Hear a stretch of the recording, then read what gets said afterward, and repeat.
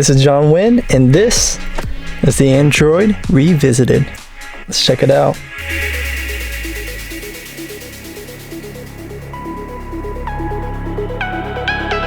I've had this unit for 1 month now. Like everyone would be riding on this new, great unit. The hype is fresh, the design is slick, and for $100, people know what they're getting into, and it was well worth it. Since this time, we had a true amount of time to put it through its paces, see if there was any issues or non-issues with the unit.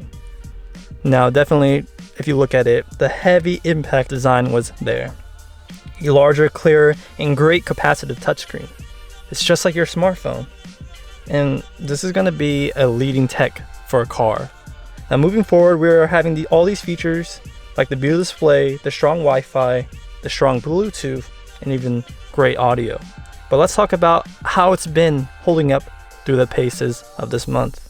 Now, the hardware, it has held up great. I'm no stranger when it comes to these head units. The performance has remained premium, top notch actually.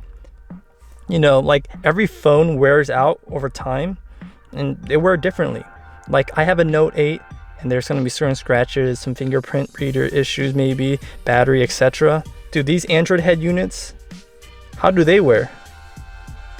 The front screen has no micro scratches or deep scratches at all. The finish has not faded, and I live in a hot California sun, 100+ degrees throughout this whole month, and it's held up great. No plastic melting, screen cracking, or any bends here. This is definitely a well-built unit. Performance-wise, it's still as zippy as when I got it. Trust me, OEM head units are very fast. They're incredibly slow. In a PC master race like myself, I can't handle such a low frame rate. So when I'm zipping through these apps, the frame rate stays solid and smooth, which is very important to me because I can notice stuff like that. Now, it's been a month and it's great that the performance hasn't decreased. I'm incredibly happy when it comes to this octa-core head unit, running Android Auto, Maps, Music, and things like that. It's flawless. Other Google Play app stores, they don't snooze either. So throughout my whole time using this, throughout this month, it's primarily Android Auto and using Maps to go home every day. Going to school and using Maps every day. Because I go to school and depending on the commute, the Google Maps makes it really accessible for someone like me to find the fastest way home. So it's saving me time. These octa-core PX5s are known to age very well. I expect this to last a very long time, and I have no doubts in my mind that it might even outlast the car's life. I say it aged gracefully because Android head units are quite ahead of the game compared to other head units when compared to CPU processing power. So because they're so much faster than what's already out in the market, it gives it longevity. And I have no doubt that this power is going to be sufficient in later months to come. And how about design-wise? Because the design looks very similar to Mazda Miata's head tablet style, Mercedes tablet style, just generally the floating tablet style. It's here to stay because manufacturers and OEMs, they have been keeping this kind of style and kind of embraced it. And honestly, I love the way it looks. The flush mount style is great, and there's options for that if you like that kind of look. But the floating tablet gets looks, and I like it. Improvements I can see is pushing the bezels a little bit further out. Because the bezels are still pretty, they're minimal, but if they can make it even thinner, I think that'd be a great upgrade. Also, the resolution, though great, I would like to see it a little bit higher. I have no issues with the resolution, it's just having better resolution is always better. And in a case like this, it gives it more future-proofing. Now, the colors matter a lot, and the colors here already look great. The IPS panel does a great job of making it look phenomenal. Colors are accurate, viewing angles are great. No issues with this. In the sun, I have no issues with it, just driving it day to day on my commutes.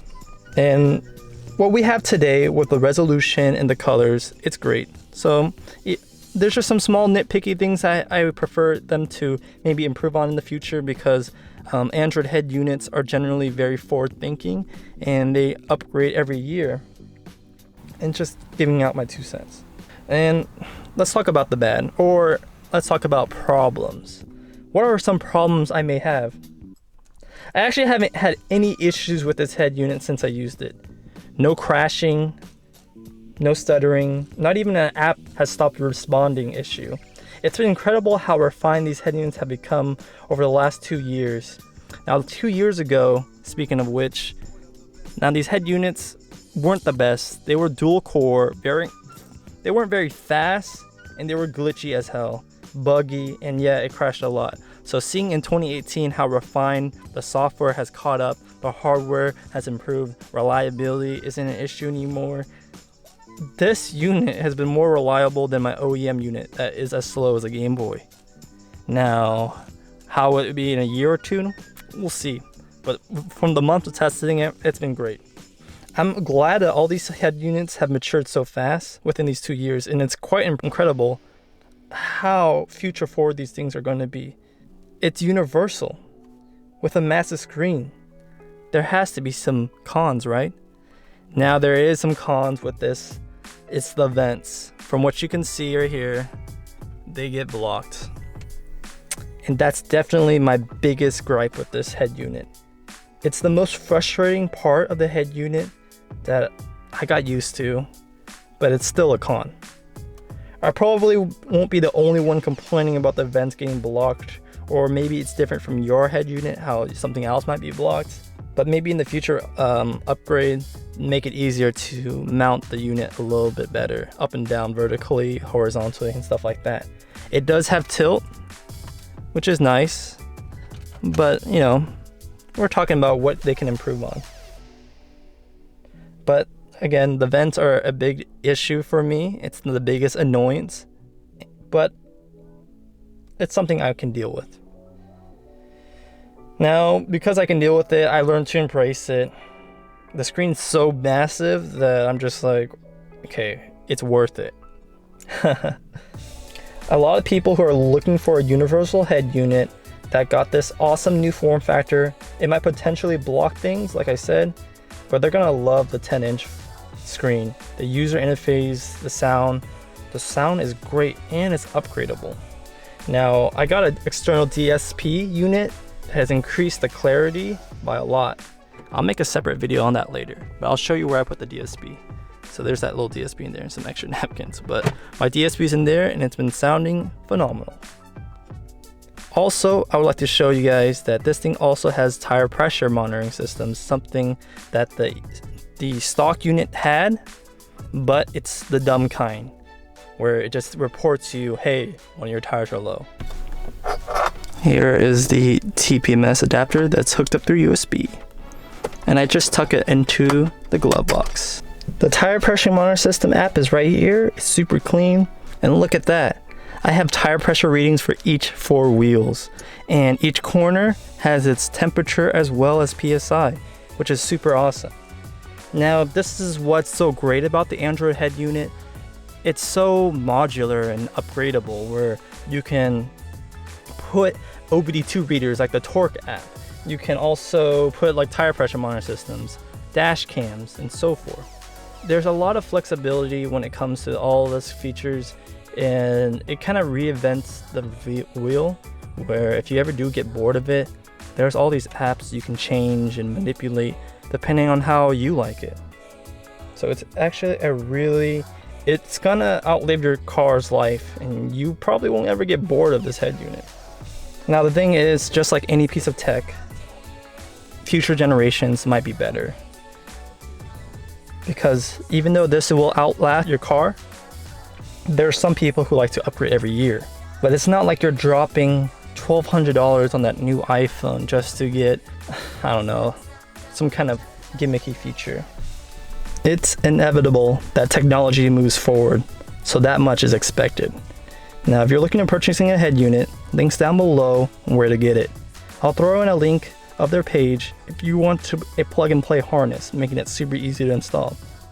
Now, if you're looking to see if there's a specific head unit for particularly your vehicle, there's probably a good chance that there is. Even for Civic, Tundra, WRX, they make a lot of OEM style head units for your car. Nice and flush if you're into that. I gotta say, the Android head unit was very good to me. It's held up very great, and it's priced accordingly. It's in the mid-range price of head units from Pioneer, like the 4200 and etc. And I think it blows it out of the water. This is not an impulse buy by any means, and that's why you're watching this video and trying to see how it is holding up after 1 month. If you know what you're getting into, love tech and showing off, you're gonna be very satisfied with this head unit. So let me know, are you waiting for the next great Android head unit generation to pop up? Do you already have one? Were you looking to get one? Or are you between? Let me know what your thoughts are. Until next time, later.